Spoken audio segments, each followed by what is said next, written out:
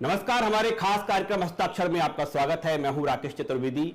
आज हमारे साथ हैं भारतीय कला, संस्कृति और जनजातीय विषयों के चिंतक, लेखक, समीक्षक श्री कृष्ण पाथे न्यास के सीईओ, वीर भारत न्यास के न्यासी सचिव, महाराजा विक्रमादित्य शोधपीठ संस्थान के निदेशक और मध्य प्रदेश के मुख्यमंत्री डॉक्टर मोहन यादव के संस्कृति सलाहकार श्री राम तिवारी जी, बहुत बहुत स्वागत है आपका। सर, अभी दौर है अभ्युदय मध्य प्रदेश का, विकास के साथ फोकस है संस्कृति पर। सांस्कृतिक अभ्युदय किस ओर दिशा है? देखिए, पहली बात तो यह कि ऐसे संस्कृति के क्षेत्र में मध्य प्रदेश में विकास माने जो सिलसिला है वो तो काफ़ी समय से चल रहा है।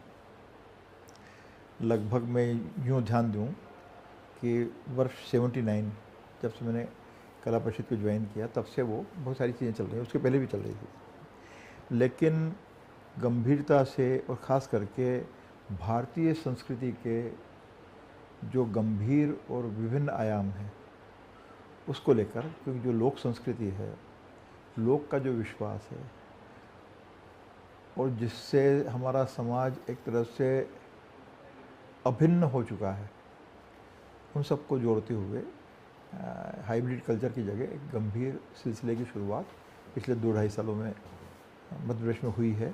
और इससे जो एहसास जो हो रहा है कि जो बहुत सारी जो गतिविधियां होती हैं उसमें समाज की व्यापक भागीदारी भी हमको देखने को मिलती है। यदि कोई आयोजन हो रहे हैं तो उसमें सैकड़ों और हज़ारों लोगों की मिलती है हमको, और पाठक वर्ग भी है या लोगों से उस विचार को पहुंचाने की बात हो, वो भी हमको देखने को मिल रही है।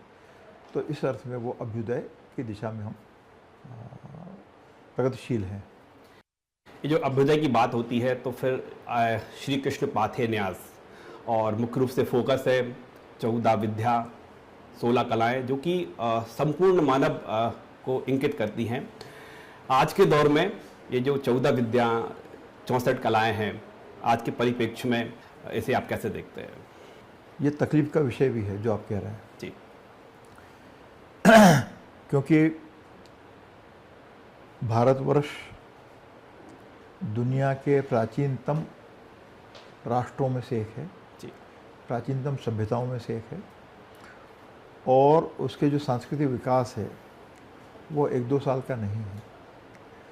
भगवान श्री कृष्ण के भी पहले से हजारों साल की, लाखों साल की ये परंपरा है, और तब जाकर ये 14 विद्या या 64 कलाओं में एक तरह से महर्षि सांदीपनि ने उसको आइडेंटिफाई किया और भगवान श्री कृष्ण को उसमें दक्षता हासिल करवाई।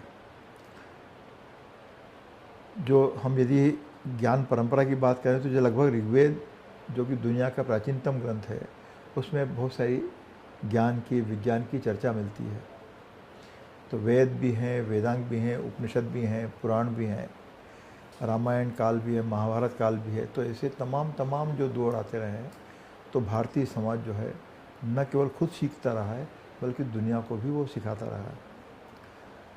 लेकिन जो पिछले 1500 साल का जो घटाटोप रहा है, उसमें हम अपनी परंपरा से विमुख हो गए, और अंग्रेज़ों के आने के बाद हमारा मनोबल भी टूटा, और हमने अपने ज्ञान को और विद्या को मान के चले कि ये तो सब बकवास है, क्योंकि जैसा हमको समझाया गया वैसे ही हमारे दिमाग में बैठ गया। तो भगवान श्री कृष्ण के माध्यम से हमारी कोशिश है कि एक बार फिर हमारी जो गौरवमयी विरासत है उसको हम विकास के रास्ते में कैसे जोड़ सकते हैं, और कैसे पूरा देश, पूरा समाज उसका लाभ ले सकता है, और दुनिया के लोग भी ले सकते हैं, वो हमारी कोशिश है। इन दोनों मध्य प्रदेश के जो छात्र छात्राएं हैं, चाहे वो स्कूली हों कॉलेज, इन विद्याओं को, इन कलाओं को पढ़ रहे हैं, अध्ययन कर रहे हैं, और जब उनसे जानना चाहा तो बता रहे हैं कि प्रतियोगिता होने वाली है, स्कॉलरशिप भी मिलेगी, पूरे 52 लाख की स्कॉलरशिप ये है। तो किस तरह की प्लानिंग है कि आपने मजबूर कर दिया है बच्चों को, विद्यार्थियों को, कि पढ़ाई के साथ वो उस ओर भी जो संपूर्ण मानव जिनके जरिए बनाया जा सकता है, उसका अध्ययन कर रहे हैं? देखिए, फिर वही मैं बात कहूँगा कि छात्रों के लिए स्कॉलरशिप की संख्या बहुत सारी है, बहुत सारी मिल रही है, लेकिन विरासत से विकास का जो एक सिलसिला जो आरंभ हुआ है प्रदेश में, तो ये एक तरह से जो बच्चे हैं, जो जेन जी कहें, युवजन कहें, किशोर कहें, ये लोगों की उत्सुकता भी जो है वो लगातार बढ़ी है और इससे हमको लोग खुशी भी होती है। ये हमारा दायित्व इसलिए भी था कि जैसे मेरी जो पीढ़ी है या हमारी जो आपकी पीढ़ी है, हम लोग बड़े तो हुए, अक्सर हम अपने बुजुर्गों से सुनते हैं कि सब शास्त्रों में कहा गया है, पर शास्त्रों में क्या कहा गया है और कौन से शास्त्र में कहा गया है, तो हमको जवाब लगभग न के बराबर मिलता था। आज की जो जनरेशन है, आज की जो पीढ़ी है, वो आपकी हमारी गब्बाजी का शिकार नहीं होने वाली है। उनको आपको प्रमाण के साथ बताना होगा कि ऋषि भरद्वाज ने वैमानिकी के बारे में बात की है तो क्या कहा है, ऋग्वेद में यदि शून्य के बारे में बात की है और गणनाओं के बारे में बात की है तो क्या है, वेदांग ज्योतिष क्या है, या अंतरिक्ष विज्ञान के बारे में क्या है, सैन्य विज्ञान के बारे में क्या है, कहाँ सब गया है। तो एक तरह से हम अपनी जो पारंपरिक शक्ति जो है, जो राष्ट्र जिससे बना हुआ है, उससे समाज लाभान्वित हो सके, तो उसके लिए एक राज्य, एक सरकार जो है केवल प्रेरणा का काम, एक समर्थन और संरक्षण का काम कर सकती है। तो छात्रवृत्ति योजना के माध्यम से करने का प्रयास है हमारा। ये जो जैन जी हैं, पूरा फोकस इस ओर भी हो रहा है उनका, तो जो श्री कृष्ण पाथे न्यास है, जैन जी को कौन सी दिशा देने जा रहा है, कौन सी दशा की ओर आगे बढ़ेंगे ये? देखिए, इसको हम यदि भगवान श्री कृष्ण के ही जीवन से हम जोड़ के देखें तो ब्रजमंडल के रहने वाले हैं, मथुरा के रहने वाले हैं, गोकुल के रहने वाले हैं, और चूँकि ईश्वरीय चरित्र हैं, लोकोत्तर चरित्र हैं, तो वो जो कर रहे हैं वो तो ठीक है, लेकिन हमने उसको केवल लीलाओं तक सीमित करके रख दिया कि पूतना का वध है या कंस का वध है या गोवर्धन पर्वत का विषय है या कालियानग का विषय है। उसके पीछे क्या विज्ञान रहा है, क्या समाज और राजनीति को बदलने की उनका भाव रहा है। जैसे माखन चोरी वाला ही जो विषय है, तो हमने तो लीला मान के उसको छोड़ दिया, लेकिन किस तरह से उन्होंने राज्य में जो निरंकुश शासक का जो अत्याचार हो रहा था, जो शोषण हो रहा था, उससे कैसे उन्होंने बदलने की छोटेपन में कोशिश की। लेकिन चूँकि भगवान श्री कृष्ण जो हैं मानव अवतार में हैं, तो बहुत सारी मानवीय जो जीवन की मर्यादाएं हैं वो मान रहे हैं। इसीलिए फिर जब वो 11.5 साल की उम्र तक आते आते वे सब कारनामे कर चुके हैं। कंस का भी वध हो चुका है, मथुरा को बचाने की बात हो चुकी है, गोकुल को बचाने के प्रयास हो चुके हैं, गोवर्धन पर्वत वाला विषय भी हो चुका है, कृषि भूमि को बचाने की बात हो चुकी है, गोधन के विकास की बात कर चुके हैं वो। लेकिन एक जो छात्र है, जो अत्यंत प्रतिभावान है, जैसे कि श्री कृष्ण है, जब वो पढ़ने के लिए आते हैं तो अंकों का ज्ञान भी वो उज्जैन आके करते हैं। बाकी 64 कला और 14 विद्याएं वो तो हैं ही। तो वो करने के बाद वो जो देश का और भारत के भविष्य को बदलते हैं और एक सार्थक हस्तक्षेप करते हैं, वो अद्वितीय है। वो पढ़ने के बाद ही, जैसे द्वारका है, वो हम तो सुनते हैं उसके बारे में, तो उनकी जो व्यापार की नीति होगी, उद्योग और व्यवसाय की जो नीति रही होगी, और एक तरह से राज्य रक्षा की जो बात रही होगी, तो द्वारका एक उसका सर्वोत्तम उदाहरण देखने को मिलता है, जहाँ पर जो जानकारी मिलती है कि बहुत ही समृद्ध नगरों में से गिना जाता है, उतनी समृद्धि की जानकारी तो किसी और देश के किसी शहर के बारे में नहीं मिलती है। तो एक पढ़ा लिखा बच्चा जो है, वो जैन जी वाला जो आपका सवाल है कि एक वास्तव में पढ़ा लिखा बच्चा जो है वो क्या जादू कर सकता है, क्या चमत्कार कर सकता है, वो हम श्री कृष्ण को हम देखकर समझ सकते हैं। आपने विक्रमादित्य वैदिक घड़ी के जरिए भी जैन जी को एक दिशा देने का प्रयास किया है, और जो विक्रमादित्य वैदिक घड़ी है सिर्फ मुख्यमंत्री निवास के बाहर नहीं है, सिर्फ काशी विश्वनाथ के द्वार पर नहीं है, बल्कि हम कलाई में देखें तो उसका ऐप भी लॉन्च हो चुका है। जैन जी इसका उपयोग कर रहे हैं, समय का उसको सीख करेंगे, रहे हैं। धीरे धीरे करेंगे, जी। क्योंकि दिक्कत ये है कि हम उस तरह से प्रोफेशनल नहीं हैं। विक्रमादित्य शोधपीठ जिसका मैं निदेशक हूँ, तो विचार आया उसको इम्प्लीमेंट करना है। माननीय मुख्यमंत्री ने कहा कि इस दिशा में आगे बढ़ना है, हम उनके आशीर्वाद से आगे बढ़ गए, उन्हें समर्थन दिया। लेकिन उसके लिए अब एक बाकायदा उसका एक सिस्टम होना चाहिए, उसकी एक प्रबंधन होना चाहिए। वो अभी जो भी संस्था करेगी वो करे, हमारा काम केवल उस दिशा में एक तरह मार्गदर्शन करने का है कि भाई इसमें सोचने की ज़रूरत है।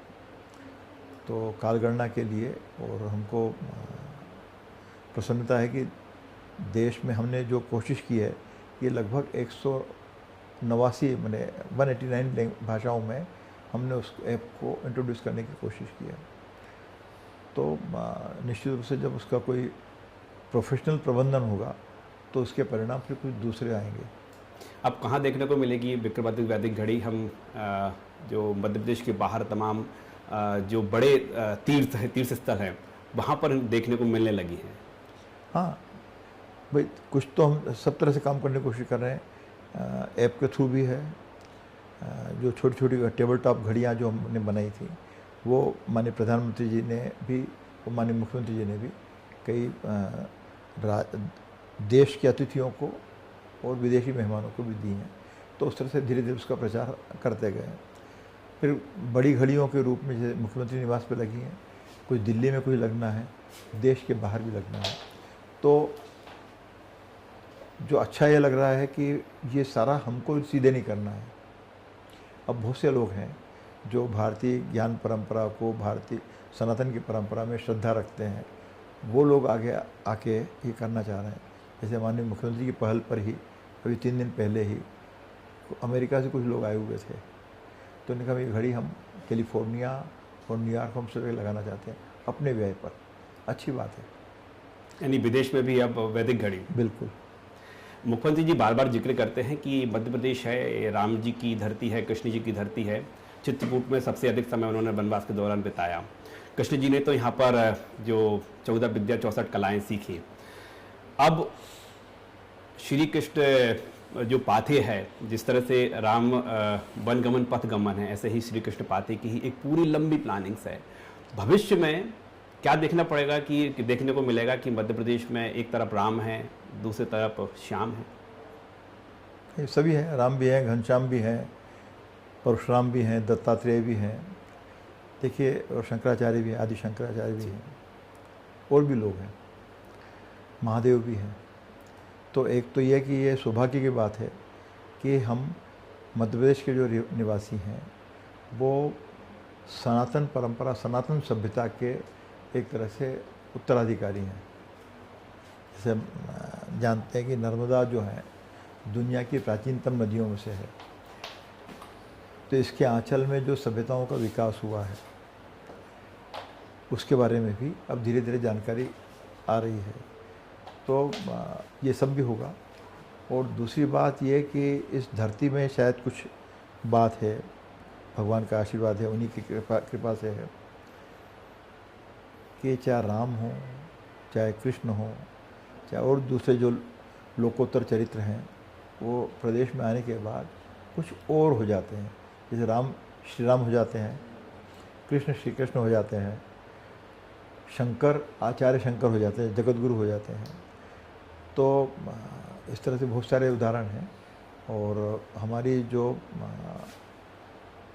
पीढ़ियां हैं, हम भी और जो आने वाली पीढ़ियां, वो भी इससे लाभान्वित होंगी, ऐसा विश्वास है। मुख्यमंत्री का फोकस उस ओर भी है जिसका सबको इंतजार था। 12 साल बाद हमारा सिंहस्थ होने जा रहा है।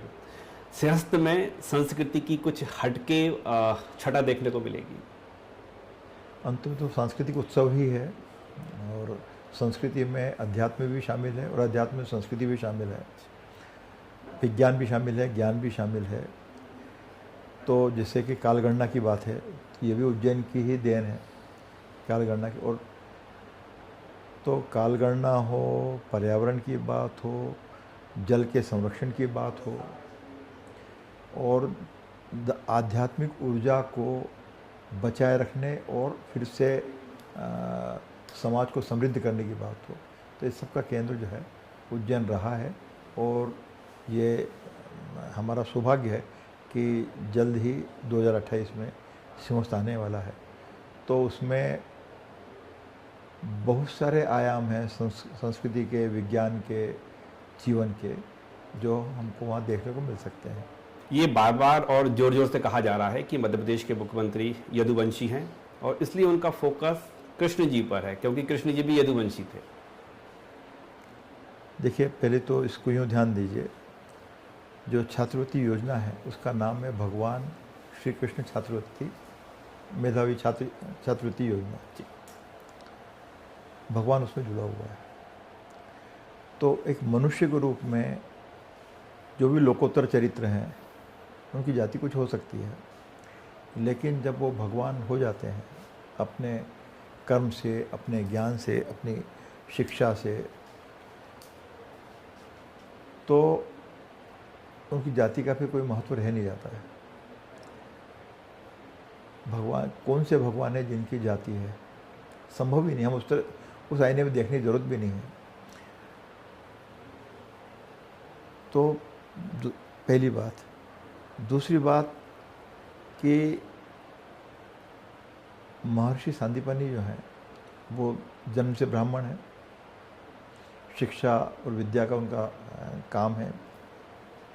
उनके बगैर आशीर्वाद के जो मथुरा का जो कान्हा है, मथुरा का जो ग्वाला है, मथुरा का जो यादव है, वो योगेश्वर नहीं हो सकता, जगत गुरु नहीं हो सकता, वो कर्म योगी नहीं हो सकता, बहुत सारे युगंधर नहीं हो सकता। तो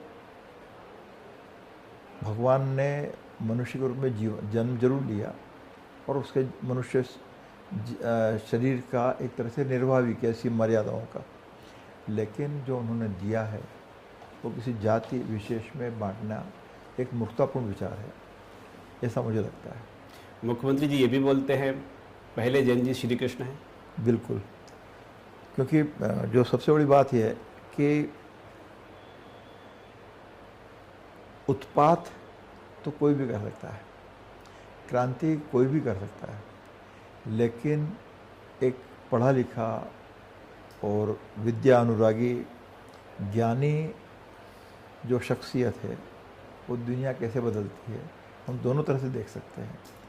भगवान श्री कृष्ण जो हैं जब ब्रजमंडल में हैं तो उन्होंने खेल खेल में, क्योंकि उनने अवतार ही इसलिए लिया था, खेल खेल में उन्होंने बहुत सारे काम किए जो असंभव काम नज़र आते हैं, और आज हम उसकी संगति जोड़ भी सकते हैं। लेकिन उनके घर वालों को भी आश्चर्य होता था कि भाई, क्योंकि उनको भी नहीं मालूम कि ये ईश्वरीय चरित्र हैं।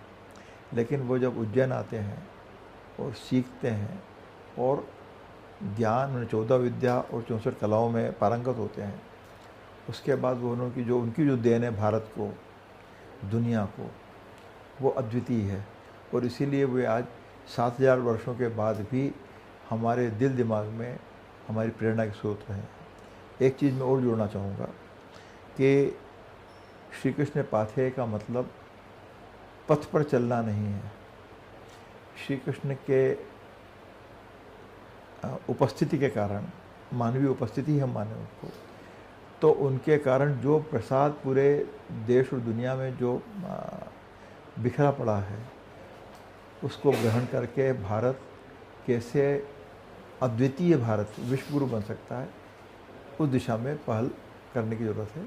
श्री कृष्ण की प्रेरणा इसलिए ज़रूरी है। हम आगे देखें तो श्री कृष्ण पाते हैं करीब 3300 मंदिर, श्री कृष्ण के मंदिर है, वो भी चिन्हित किए गए हैं। श्री कृष्ण ने दुनिया को गीता ज्ञान दिया था। जब मध्य प्रदेश उस स्तर पर पहुंच जाएगा जिसके श्री कृष्ण की जो तमाम ज्ञान है वो दुनिया को बताएगा, तो हम कहें कि मध्य प्रदेश से भी एक नया गीता ज्ञान निकलेगा। नया क्यों, हम तो जो गीता है मतलब वो अल्टीमेट है जी। उसमें कुछ हम जोड़ने की स्थिति में है ही नहीं। उससे हम कैसे सीख सकते हैं? तो हमारी कोशिश है कि जो हमारी जो गौरवमयी विरासत है उसको हम कैसे डिकोड करके आत्मसात कर सकते हैं और समाज के विकास में उसका उपयोग कर सकते हैं। क्योंकि हम दूसरी तरह से देखें, हम लोग काम कर भी रहे हैं कि अलग अलग समय पर सबने गंभीर रूप से ज्ञान देने का, समाज को सन्मार्ग दिखाने का काम किया है।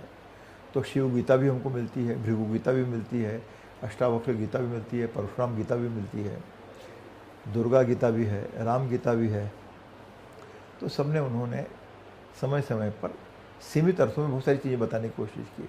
भगवान श्री कृष्ण हैं जिन्होंने श्रीमद् भगवद गीता के संदेश के माध्यम से सारी जो परंपरा है हजारों साल की देश की, कि वो तो द्वापर में आए थे, कलयुग के ठीक पहले, तो त्रेता हो, सतयुग हो, तो जो भी सारी परंपराएं रही हैं, महादेव ने जो बताया होगा, माँ दुर्गा ने जो बताया होगा, श्री राम जी ने जो बताया होगा और जिनने बताया है, उन सबको आत्मसात करते हुए भगवान श्री कृष्ण ने एक दुनिया को जो दिशा दी है भगवद गीता के माध्यम से, वो सबके लिए प्रेरणा स्रोत है। और हम देखते हैं कि तमाम बड़े वैज्ञानिक जो हैं, आइजनहावर हो, आइंस्टाइन हो, सब ने गीता को से प्रेरणा लेने का, आत्मसात करने का प्रयास किया है।